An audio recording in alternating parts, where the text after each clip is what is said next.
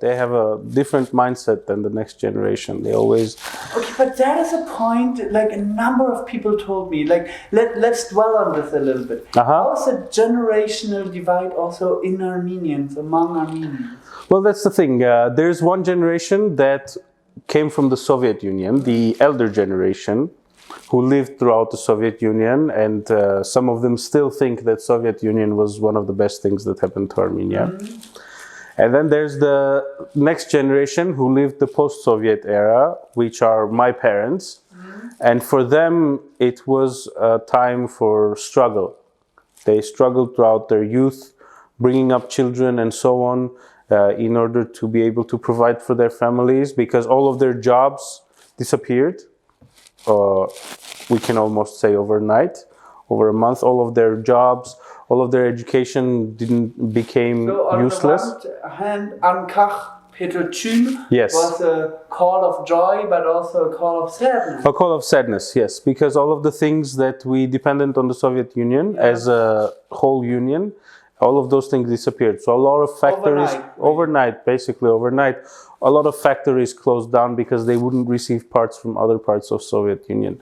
A lot of work sites and so on, a lot of village sovkhoz, they would call it, a lot of sovkhozes where they would keep the cattle and chickens and fowl and everything. All of those broke down, and a lot of people ended up without work, and a lot of well-educated people ended up without work and unable to find work in the future years.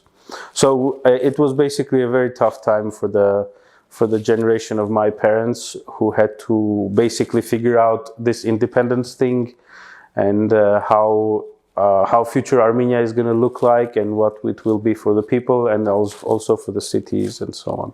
So how do you think did they cope, and how does this translate into a unified Armenian identity?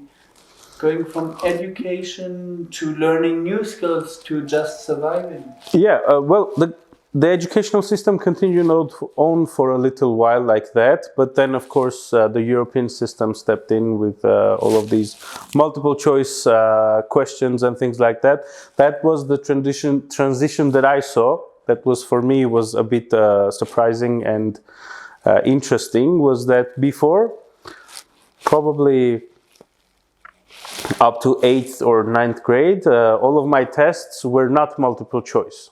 So you needed to know the subject to answer the question. You were not given a good answer and some bad answers, which of course makes things much easier. If you have a question and you need to answer that exact question the way it is, it's much more difficult, and you need to have the actual knowledge. For other places, you can just guess and have a lucky guess or have an educated guess on multiple choice answers. So that's how the education suffered in Armenia a little bit, in my opinion. Of course, that's my opinion. A lot of people contradict to that, but I think it was it gave you much more wider range of education if you didn't have all these multiple choice questions, and it didn't make life easier for you to study. But one of the other many changes in the country was, of course, the governmental system. There was the new government, and a lot of people weren't happy with that. Some people were happy with that, as in probably every new government. So, but basically, based on your narrative, so to speak, right now there are three distinctive, very different generations. Yes.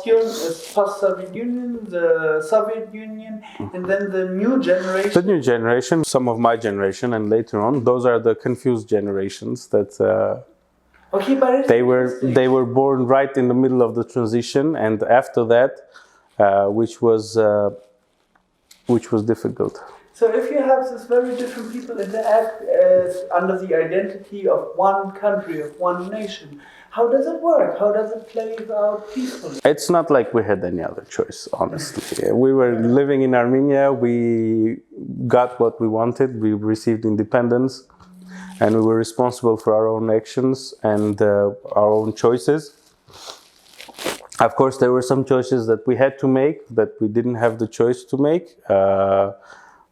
For example, being partially dependent on Russia, Russian gas, Russian uranium to work the Metsamor nuclear factory, and so on, nuclear plant. So there are some things that we became dependent on Russia, and we are still dependent on that. As you know, a lot of electricity in Armenia comes from Russian sources, and so on. But that was something that Armenia was actually able to handle quite well. International relationship, I think it managed to do quite well, and stay friends both with the West and the East and Russia, and juggle all of these countries quite well so far.